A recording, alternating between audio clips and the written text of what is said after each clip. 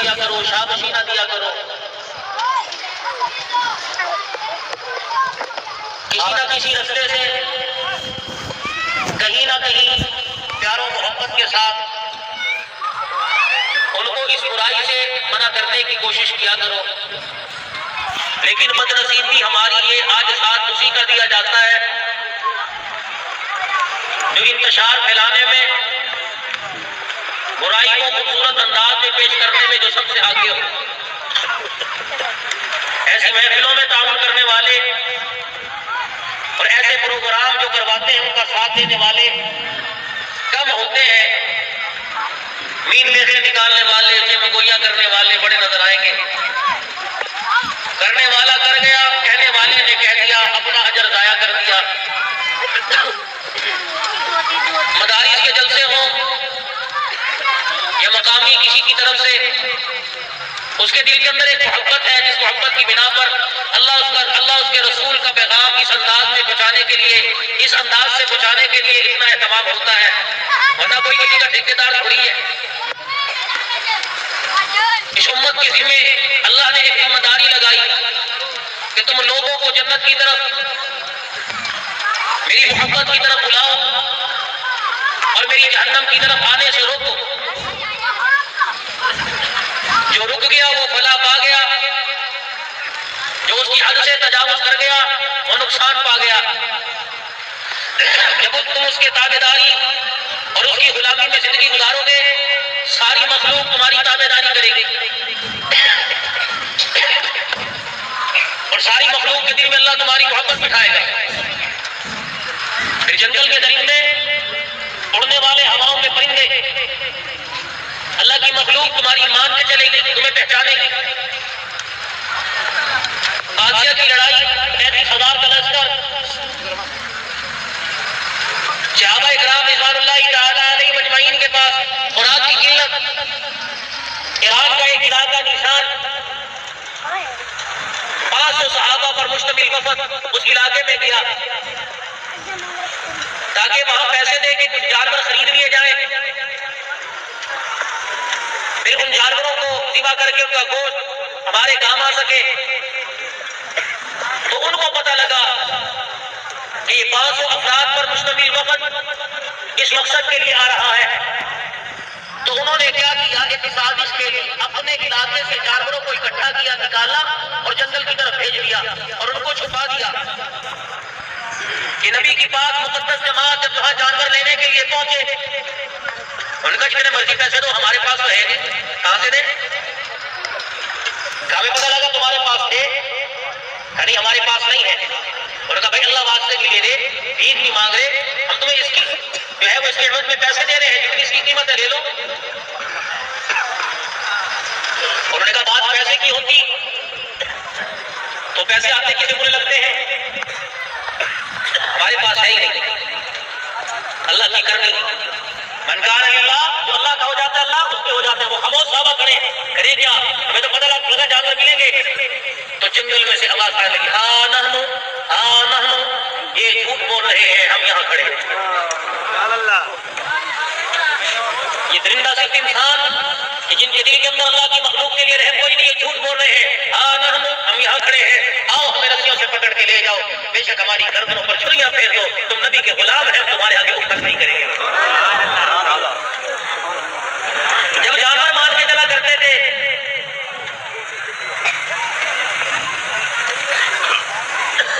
جب اللہ کی مخلوق کے دل کے اندر اللہ محبت ڈال دیتے تھے، اسی زمین کے اوپر یہ انسان دنیا کے اندر حکمرانی کر کے گزرے. آج ہم نے افغان ٹیم کروائی، میں کون ہوں؟ میں کون ہوں؟ جنڈیر ہوں. میں کون ہوں؟ فلاں ہوں. آج کوئی اپنے آپ کو مسلمان کہلوانے میں فقط سمجھتا ہی نہیں. موسیٰ علیہ السلام کے سامنے اس امت کا شان بیان ہوا. الہ العالمین نے جناب موسیٰ علیہ السلام پہ جب تورات اتاری، تورات کے اندر موسیٰ علیہ السلام نے جب اس امت کا شان پڑھا، پہلا شان یہ پڑھا ہے موسیٰ ایک امت ایسی بھیجنے والا ہوں کہ ان کے ہاتھ اٹھانے سے پہلے میں ان کی دعاؤں کو قبول کر لوں گا. جناب موسیٰ علیہ السلام نے جب یہ شان پڑھا تو یہ دور پہ چلے گئے اور پروردگار عالم کے دربار میں عرض کر دی، الہ العالمین یہ امت مجھے دے دے. فرمایا تیری نہیں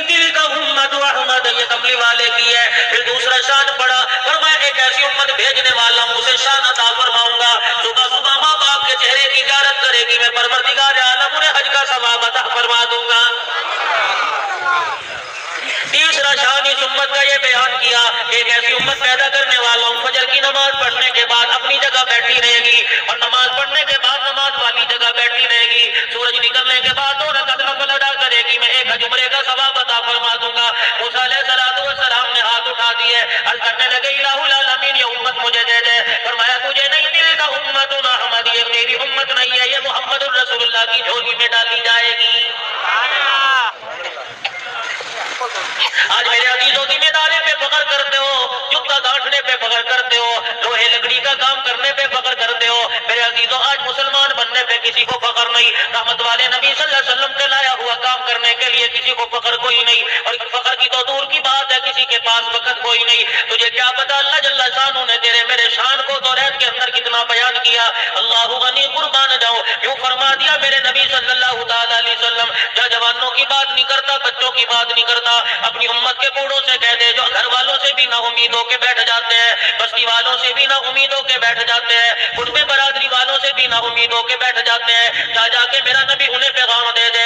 وَإِذَا بَلَغَ وَإِذَا بَلَغَ, جا کے پیغام دے دے کہ جب تیری امت کے اندر بندے کی عمر, میرے بندے کی عمر 60 سال ہو جاتی ہے, تو پھر میں کیا کرتا ہوں, آسَبْتُهُ حِسَابًا يَسِيرًا, میں اس کے حساب کو آسان کر دیتا ہوں. میں فرشتوں میں اعلان کرتا ہوں, حَبَّبْتُ إِلَيْهِ نَابًا, اے فرشتوں اس 60 سال کے بندے کے دل میں توبہ کا شوق ڈال دو, تاکہ ادھر پاؤں کی ٹھوکر لگے گی اور آسمان کی طرف نگاہ کر کے کہے گا الہ العالمین مجھے معاف کر دے, میں اس کے کہنے پہ اس کے گناہوں کو معاف فرما دوں گا.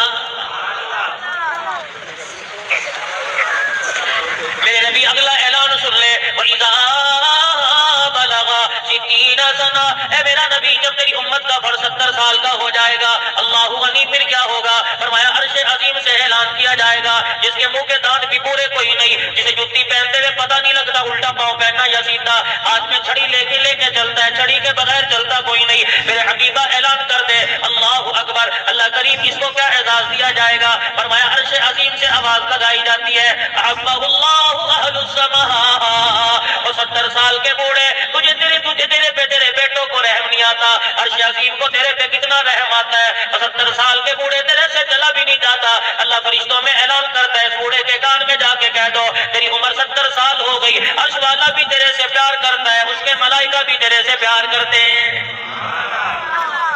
وَإِذَا بَلَغَ 80 سَنَةً, میرے عزیزوں جب عمر 80 سال کی ہو جاتی ہے, بینائی کم ہو جاتی ہے, چشمے کے بغیر دیکھ نہیں سکتا, بغیر سہارے کے میرے عزیزوں پکڑ چل نہیں سکتا, کوئی نہ پکڑا ہے تو پکڑ نہیں سکتا, آنکھوں میں راشا پڑ جاتا ہے, اللہ اکبر ناک بہری ہوتی ہے, کھانستا ہے, تھوک منہ سے باہر آ جاتا ہے, گرم ٹکڑا چباتا سخت چبایا نہیں جاتا, اپنے پرائے کی کڑوی کسیلی باتیں سنتا ہے, لوگ کہتے ہیں پاپا اٹھ کے یہاں بیٹھ جا, کوئی چلتا ہوا بغل میں انگلی مار کے چلا جاتا ہے, کوئی اینک چھپا لیتا ہے, کوئی جتی چھپا لیتا ہے, کوئی تسبیح چھپا لیتا ہے, کتنا مذاق کرتے ہیں. ارشاد خدا بندی ہے میرا حبیب اعلان کر دے, وَإِذَا بَلَغَ 80 سَنَةً, جب یہ 80 سال کا ہو جاتا ہے, میں فرشتوں میں اعلان کرتا ہوں, كُتِبَتْ حَسَنَاتُهُ أُلْقِيَتْ سَيِّئَاتُهُ, اے فرشتوں آج کے بعد اگر اس سے گناہ ہو جائے تو گناہ نہ لکھنا, اس کی نیکیاں لکھتے رہنا, اگر اس سے غلطی ہو جائے تو معاف کر دیا, وہ بھی اس کا نیکی بنا کے شامل کر دینا.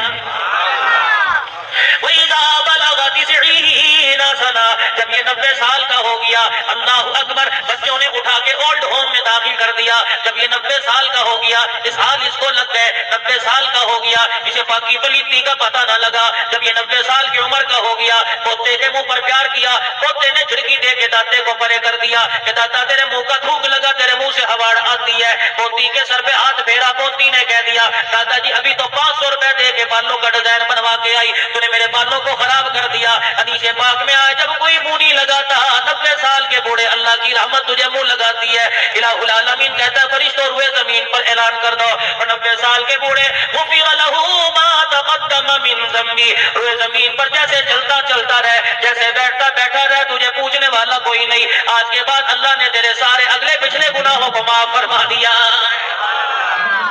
پھر اعلان ہوتا ہے اسیر اللہ فی الارض, اور 90 سال کا بوڑھا, اور فرشتوں اعلان کر دو اسیر اللہ یہ 90 سال کا بوڑھا زمین پر اللہ کا کہتی ہے میرے عزیزوں, مجرم کو جب عدالت عدالت کے اندر پیش کر دیا جاتا ہے. پھر عدالت جانے, جج جانے یا سزا جانے, دنیا والوں کی کوئی مداخلت نہیں. اللہ فرماتا ہے فرشتوں 90 سال کی عمر ہو گئی, اس سے پاؤں بھی زمین پہ رکھا نہیں جاتا, ہاتھوں میں اس کے راشا پانی پیا نہیں جاتا, کوئی کھلا دے تو کھا لے گا ورنہ کھایا نہیں جاتا.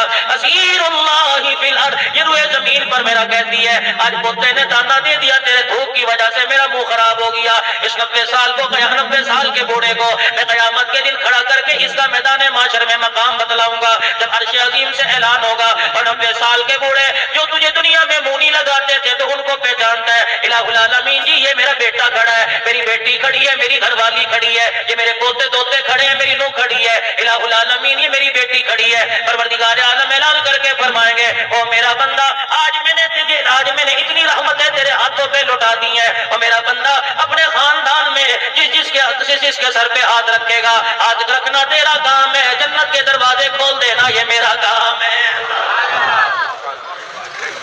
جب انسان کسی قابل نہیں رہتا بڈھا کھوسٹ ہو جاتا ہے, جب چل نہیں سکتا کوئی نہ چلائے سہارا نہ دے تو چل نہیں سکتا, کوئی نہ اٹھائے تو بستر سے اٹھ کے بیٹھ نہیں سکتا, اس وقت اللہ کے دربار میں اس بندے کا اتنا مقام ہے. جوانوں ذرا اندازہ لگاؤ تمہاری حیثیت اللہ کے دربار میں کتنی اونچی ہوگی. کر جوانی توبہ کر دم شیوائے پیغمبری وقت پیری گرگزال انی شبد پرہیزگار. اور جوانی کی توبہ اللہ کو بڑی محبوب ہے, جوانی کا سجدہ بڑھاپے کے ہزاروں سجدوں سے زیادہ اللہ کو بڑا محبوب ہے. کہاں چلے گئے وہ رات کو عبادت کرنے والے؟ آج میرے عزیزوں سینکڑوں نمازیں تیری میری قضا ہو گئی, تجھے ذمہ دارہ یاد ہے, تجھے باردانہ لینے کا دن یاد ہے, تجھے گندم لینی یاد ہے, اگاڑی کرنی یاد ہے, تجھے پانی لگانا یاد ہے, تجھے سارے کام یاد ہے, اللہ کے دربار میں حاضر ہونے کا وقت تجھے یاد کوئی نہیں. رب کعبہ کی قسم ہے آج لوگ نمازوں کی پرواہ نہیں کرتے, جمعے کی پرواہ نہیں کرتے. حبیب شاہ موجود ہے فتویٰ دے سکتے ہیں, فرمایا اللہ غنی 3 جمعے جو جان بوجھ کے چھوڑ دے فرمایا وہ منافق ہو جاتا ہے, اس میں منافق کی علامات آ جاتی ہیں. فرمایا جسے بار بار خدا کے گھر میں آتا دیکھو اس کے ایمان کی گواہی دے دو کہ یہ ایمان والا ہے. میرے عزیزوں آج نمازیں تیری میری چھوٹ کی پرواہ کوئی نہیں, ایک نماز کے چھٹنے پر پتہ نہیں کتنا بڑا نقصان ہے. میرے عزیزوں آج اس بات پہ غور کوئی نہیں